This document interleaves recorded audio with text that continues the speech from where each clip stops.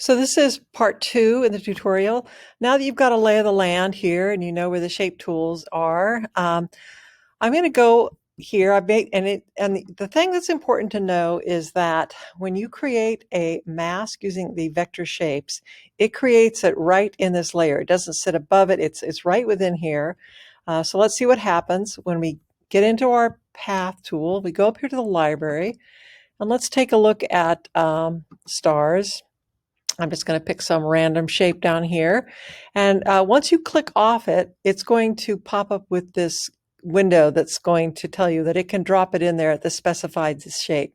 But hit cancel, because what you want to do is you want to just use it and put it where you want. Now, I do want to point out that this tool works not the way the default scaling tool works in Photoshop now. You do need to hold down the shift to constrain the proportions.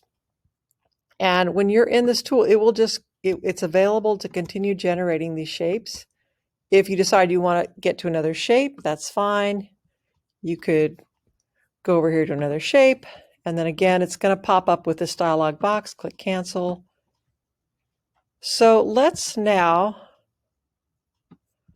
get a few more here. And now here's what I want to point out. You don't see these active vector shapes yet in this layer, but they exist. And to get them to be masks, all you need to do is to go up here to the layer, select that layer, and you just need to go down here to Vector Mask Current Path. Now, I also want to point out that it's important when you're using this tool that you have this set for path, not shape, but path, because we want to use that vector path to create a mask. So now let's see what's happened here. If we hide down this layer, we see that we have all these shapes now. You know, it's clearly worked as a mask. But the way I've designed this is to get you connecting with it as far as how you could use it to render. And in this instance, we're using it to render tooled leather. So while I've actively got that layer selected, I'm going to go down here to Effects, and I'm going to go to Bevel and Emboss, and instantly it's giving me a preview. And you can see how this is actually creating this look of embossed leather. So what you want to do is you can fool with the depth. You can change the lighting here. And I suggest the best way to connect with all of these things is to push these levers back and forth, play around with it. You can go up or you can go down. You could change it to be soft. All of this is an option. I do think that Bevel and Emboss is the best effect to use with this particular choice as far as a leather mask on top of it. So let's just say we like that and click OK. So the fun thing is you can continue down this path as far as a mock-up goes, and you could, while you're here in this layer, let's go down here and let's go to adding an adjustment layer of a color.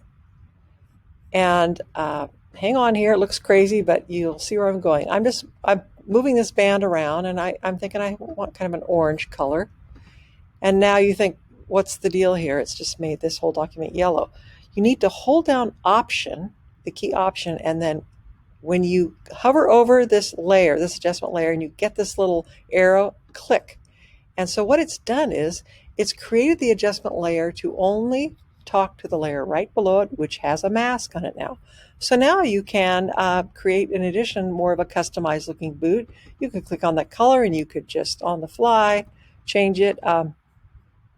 So this is the assignment. And I would love for you to try another image. It doesn't have to be a leather boot.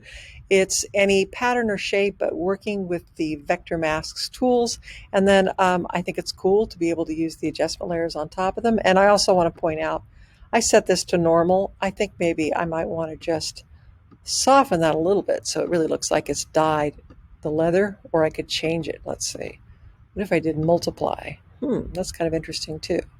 So that is the vector mask tool and combined with the effect tool. Have fun, and I look forward to seeing your work.